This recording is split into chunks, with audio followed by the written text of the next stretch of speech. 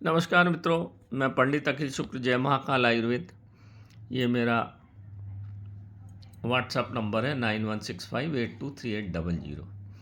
जैसा कि हमको सबको पता है, पूरे भारतवर्ष को पता है कि कल जो है 2 तारीख को पितृमोक्ष अमावस्या है, बड़ी अमावस्या है। यह साल में एक बार आती है, इसको महालय अमावस्या भी बोलते हैं। और इस दिन हमारे पितृ वापस 15 दिन रहने के बाद हमारे साथ वापस जाते हैं। पितृ हैं क्या? पितृ जैसे आपके पिता हैं, फिर उनके पिता हैं, उनके पिता हैं। इस तरह से ऊपर के जो लोग, जब नीचे के लोग की मृत्यु होकर पितृलोक में जाते हैं तो उनके ऊपर का एक पीढ़ी परमात्मा हो जाती है। पितृ आपके और परमात्मा के या ब्रह्म के बीच में सेतु का काम करते हैं। जब आप उनकी पूजा पाठ करते हैं, उनको खाना खिलाते हैं, पानी देते हैं, तर्पण देते हैं, तो जब भी आप मुसीबत में पड़ते हैं तो वो भी आपकी ईश्वर से कह के या परमात्मा से कह के या ब्रह्म से संपर्क स्थापित करके आपकी मुसीबतों को कम कर देते हैं। इसलिए पितृ पूजा का महत्व है। वो प्रसन्न रहे। जिस तरह से मंत्री से आप सीधे नहीं मिलते हैं, उनके पीए होते हैं, वैसे ही पितृ परमात्मा का पीए समझ लीजिए। अगर आप वो प्रसन्न रहते हैं, आप उनकी, आपके पूर्वजों की आप ध्यान रखते हैं, तो फिर वो भी आपका ध्यान रखते हैं और मुसीबत तो आने ही नहीं देते, और आती भी है तो उसका सूत्र निकल आता है, कुछ समस्या का हल निकल आता है। और कल बड़ी बात यह है कि कल सूर्य ग्रहण भी है रात को, तो बड़ा महत्वपूर्ण हो जाता है ये पितृमोक्ष। तो इसमें करना क्या है मित्रों? असल में होता क्या है, देखो, हमारे भारतीय संस्कृति में, हमारी संस्कृति में, हमारे विज्ञान में, हर मरने से लेकर जीने तक का हर चीज़ का विज्ञान है। समझिए मेरी बात को, मैं लॉजिकली बात करता हूँ, हवा में बात मैं नहीं करता। जैसे ही व्यक्ति का मृत्यु होती है तो बांस के ऊपर रख के उसको हरे बांस में ले जाने का विधान है, पर आजकल मिलते नहीं, जो मिल गया उस पर ले जाते हैं। तो मृत्युशैया पे आदमी को, व्यक्ति को आप शमशान भूमि पर ले जाते हैं। शमशान भूमि पे ले जाने के बाद उनका जो बड़ा पुत्र होता है, बड़ा पुत्र ना हो तो छोटा पुत्र, शमशान भूमि में महिलाओं को जाने का अधिकार बिल्कुल नहीं है, और अग्निदाह का तो बिल्कुल अधिकार उनको है ही नहीं। क्यों? इसलिए कि माँ के पेट से, माँ के गर्भ से बच्चे का जन्म होता है, वहाँ आत्मा का प्रवेश होता है। माँ के गर्भ में आत्मा का प्रवेश तालू के माध्यम से, सिर के ऊपर एक तालू नाम की जगह होती है जो बहुत नरम होती है। बच्चा जब पैदा होता तब भी हिलती रहती है और बहुत नाजुक। वहाँ इसलिए बोलते हैं तालू पे किसी का नहीं मारना चाहिए, नहीं तो मृत्यु हो जाती, बड़े होने के बाद भी। उस तालू से आत्मा प्रवेश होती है। तो वो प्रवेश होने का, माँ मतलब नारी जो है प्रवेश द्वार है आत्मा का, उसी से आत्मा जा नहीं सकती। जाती कैसे है? जब डेड बॉडी रख दी जाती है, चिता पर रख दी जाती है, तो उनका जो बड़ा पुत्र या छोटा पुत्र पूरा मुंडन करेगा, पूरे दाढ़ी मूछ सब साफ करेगा, और सफ़ेद कपड़ा, एक ही कपड़ा पहना जाता है, पूरा कपड़ा सफ़ेद लपेटेगा, खुद ही धोएगा, खुद पहनेगा। और फिर सबसे अंत में जब पूरा शव जल जाता है तो उनकी जो खोपड़ी बचती है, क्योंकि खोपड़ी में आत्मा का अंश होता है, आत्मा वहीं छुपी रहती है, इसलिए कपालिक लोग खोपड़ी का उपयोग करके नाना प्रकार की चीज़ों से तंत्र मंत्र करते।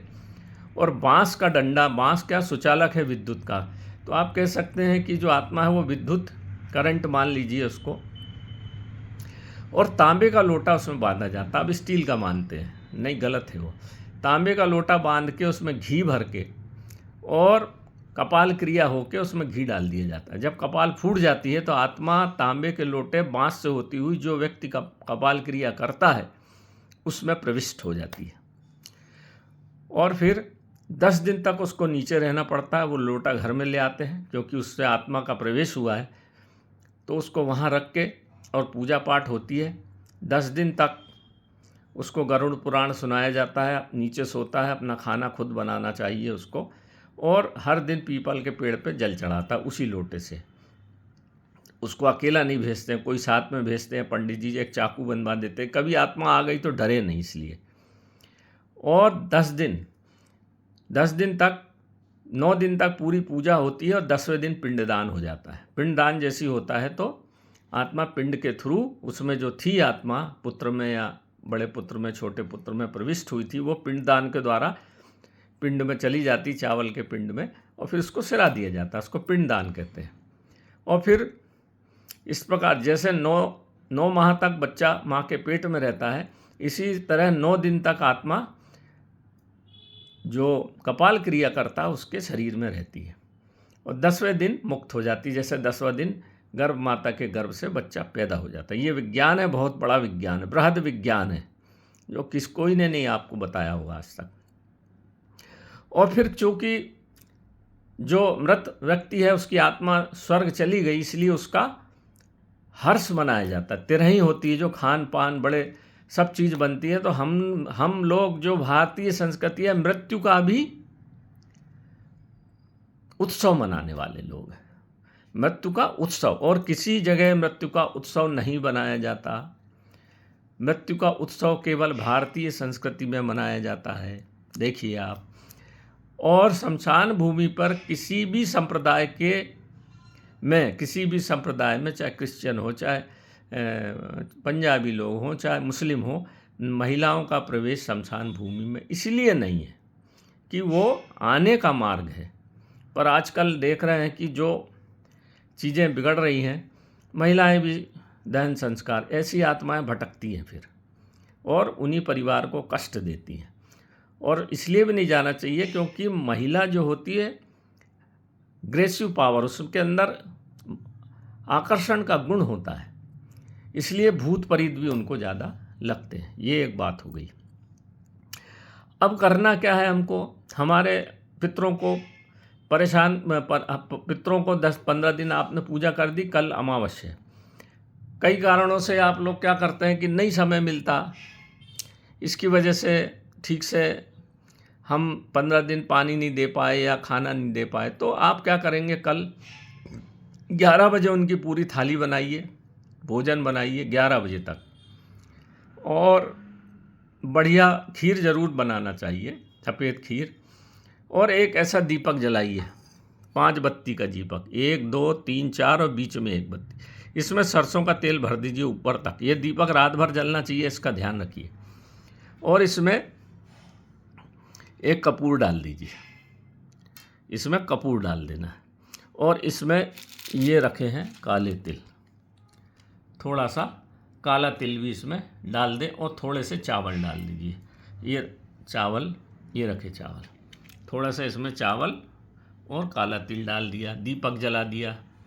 और एक गाय के कंडे पे थोड़ी सी धूनी दे के अपने पितरों को नाम सबका लेके, हम फलाने गोत्र के, आज फलानी जगह पे फलानी तिथि पे हम आपको जो भी खाना भोजन पानी दे रहे हैं, आप सहर ग्रहण करिए और हमको आशीर्वाद दे के जाइए। दीपक जब जल जाए तो वहाँ पर ऐसा हल्दी और चावल नीचे रख देना है इसके, और इसके ऊपर दीपक रख देना। हल्दी और चावल पर दीपक को रखना है, नीचे नहीं रखना। और आटे से एक चौक बना दीजिए। चौक बना दिया। अब एक ऐसा लोटा लीजिए तांबे का, इसमें आपको जल भरना, गंगा जल मिल जाए, उसमें पानी भर के थोड़ा सा गंगा जल डाल दीजिए, तिल डाल दीजिए, चावल डालिए, जौ डालिए, ये तीनों चीज़ें इसमें डाल देना है। और ये जावित्री, इसको उंगली में, ये बीच की उंगली में पहन लीजिए, दोनों हाथ की 2 उंगली में पहन लेना है। पहन लिया, दीपक जला दिया, चावल और ये रख दिया, 5 बत्ती का दीपक, कपूर डाल के, तिल डाल के, चावल डाल के दीपक का प्रज्वलन कर दिया। फिर से सुन लीजिए। और लोटे में जल भर के ये आपका चावल, जौ और तिल, काला तिल डाल दीजिए, जावित्री पहन लीजिए। और हाथ जोड़ के पितरों का आह्वान करके उनसे विनती करिए कि जो हम थोड़ी सी पूजा पाठ जानते हैं आपकी ये कर रहे हैं मित्र, और हमको आशीर्वाद दीजिए। और दीपक प्रज्वलित करके रख, दीपक रात भर जलना चाहिए। वैसे भी सूर्य ग्रहण है, इस दीपक को बुझने ऐसी जगह रखिए, कांच वाँच इस पर रख दीजिए कि रात भर जलेगा ये दीपक, है ना। और ये लोटे का जल भोजन लगा के, प्रसादी लगा के, अपने पितरों का नाम लेकर हाथ जोड़ लीजिए। थोड़ा सा जल उनके नाम का दक्षिण की दिशा में इस लोटे से डाल दीजिए। पितृ प्रसन्न हो जाएंगे आपके। फिर से इस लोटे में जल भर के, तिल भर के, जौ भर के और इसी दीपक के पास रख दीजिए। रात भर दीपक जलेगा और रात भर लोटा रखा रहेगा। जब सुबह हो जाए, 3 तारीख की सुबह से नवरात्र प्रारंभ है, दीपक को जलने दीजिए अपने मन से। फिर पितरों का नाम लेके 3 तारीख को आप ये जल किसी पेड़ के नीचे डाल दीजिए। बस इतना कर दीजिए मित्रों, आपका पितृदोष बिल्कुल समाप्त हो जाएगा। पितरों का आशीर्वाद आपको मिलने लगेगा। ये बहुत बड़ी चीज़ है। ये एक पंडित जी का बताया हुआ है जो मैं हर वर्ष करता हूँ। हमारे से जो भूल चूक हुई है 15 दिन में, हाथ जोड़ के माफ़ी मांगने से सब भूल चूक आपके पितृदोष बिल्कुल पितृ प्रसन्न हो जाएंगे, क्योंकि विदा होते हैं। और शाम के सूर्यास्त के बाद फिर पितृ की पूजा नहीं होती, वो विदा हो जाता। 5:30 बजे जैसे ही सूर्यास्त हुआ पितृ चले जाएंगे। इसलिए आपको ये पूजा 11 से 12 के बीच में कर देना है। 12 बजे के बाद फिर पितृ रवाना होना शुरू कर देते हैं, अपना बोरिया बिंडल बांध लेते हैं। 12 बजे के पहले पहले ये सब काम हो जाना चाहिए। और सूर्य नारायण को हाथ जोड़ लीजिए, उनकी पूजा करिए और जो भी गलती सलती हुई सूर्य नारायण से भी माफ़ी मांग लीजिए, क्योंकि पितृ कई नारायण के रूप में भी रहते हैं। और कल फिर रात को सूर्य ग्रहण है, तो जो दीपक जलता रहेगा आपका, वो किसी भी प्रकार की नकारात्मक ऊर्जा, जो बोलते हैं ना कि सूर्य ग्रहण का दुष्प्रभाव, पितृ का दीपक है ये, तो सूर्य ग्रहण का दुष्प्रभाव आपके ऊपर नहीं होगा। क्योंकि सूर्य जो है, जितने भी ग्रह हैं, जो ग्रह हैं 7, वो सूर्य के ही टुकड़े हैं। अब तो साइंस ने भी ये, नासा ने ये प्रमाणित कर दिया कि जितने भी ग्रह टूट के बने हैं सूर्य के ही खंड है ये, इसलिए सूर्य के चारों तरफ चक्कर लगाते। केवल राहु और केतु 2 ऐसे हैं जो छाया ग्रह हैं, जो नकली ग्रह माने जाते हैं, पर सबसे ज़्यादा कष्टकारी वही है। और जिसकी लग्न पत्रिका जो देवगण का आदमी रहेगा, उसको राहु बहुत सताता है, उसको राहु जीने नहीं देता। देखो आप किसी की ज़िंदगी में बचपन से लगा के आखिरी तक परेशानी रहेगी, तो देवगण वालों को पकड़ता, क्योंकि देव ने उनका गला काटा था। देवगण वालों को राहु बहुत सताता है, राक्षस गण वाले को कम सताता है, इसको ध्यान रखना। और अगर राहु और शनि एक साथ है तो फिर आदमी कई एक्सीडेंट से, सिर की चोट से मृत्यु होगी, या पागल हो जाएगा वो, या दुष्कर्म में फंस जाएगा। ये राहु के गुण हैं। अगर आप इस तरह से ये कार्य पितृ के दिन कर देते हैं तो आपको राहु और शनि से भी बहुत आराम मिलता है, क्योंकि आप नारायण की पूजा करते हैं। और कल बड़ा अच्छा दिन है कि रात में सूर्य ग्रहण है और दिन में पितृमोक्ष अमावस्या। इस अवसर को मत छोड़िए मित्रों। मैं आपको बता रहा हूँ, ये अद्वितीय चीज़ है। छोटा सा काम है ये, 15-20 मिनट लगते हैं, पर ज़रूर करिए। खीर ज़रूर बनाना, पितरों के लिए खीर से बड़े प्रसन्न होते हो। तो नमस्कार मित्रों, मैं पंडित अखिल शुक्ल, जय महाकाल। मेरे वीडियो को देखिए, सब्सक्राइब करिए और सबको बता दीजिए, ताकि पूरे लोग इसका अच्छा सा लाभ उठाकर जीवन में आने वाली बहुत सारी परेशानियों से मुक्त हो सके। ये भीमसेनी कपूर है, भीमसेनी कपूर बाज़ार मिल जाता है, वही डालना आप। तो नमस्कार मित्रों, जय महाकाल आयुर्वेद।